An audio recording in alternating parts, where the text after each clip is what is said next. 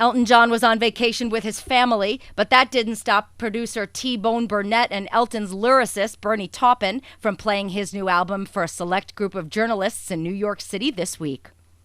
Those in the room got to experience Elton's September 2013 release, The Diving Board, which Burnett says was Elton at the peak of his power.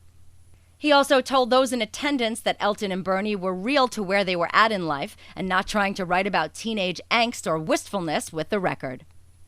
Burnett said that The Diving Board should be taken as seriously as any work he's ever done, while Taupin told journalists that it was a record for the ages for us.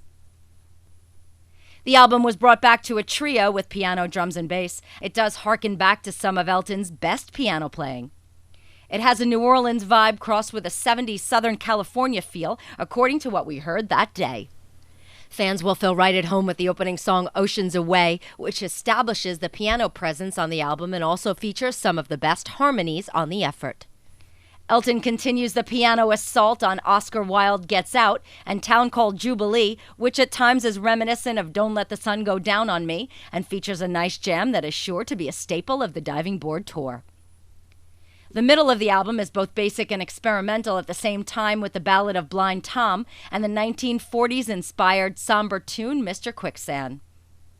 Voyeur is another tune that's perhaps too honest and is positively not in the comfort zone for the casual Elton fan.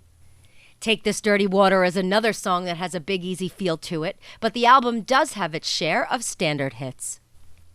Can't Stay Alone Tonight recalls moments of Guess That's Why They Call It the Blues and is, in our opinion, the most surefire radio song. Other solids in that department include Home Again and the boogie-woogie influence Mexican Vacation. The new Fever Waltz is pretty much as the title implies, but the most interesting song is the track The Diving Board, which combined with the Dream No. 3 musical interlude is Elton's finest musical moment, perhaps in his career. After shifting and dazzling with several time signatures, he settles into his familiar songwriting groove, but with a surprisingly mature and reflective tone, thanks to lyric writer Bernie Taupin. Elton sings cryptically, perhaps about his own experience of being young and impervious to consequence, viewed through the hindsight of an older gentleman who has seen those dizzy heights and the view from the diving board.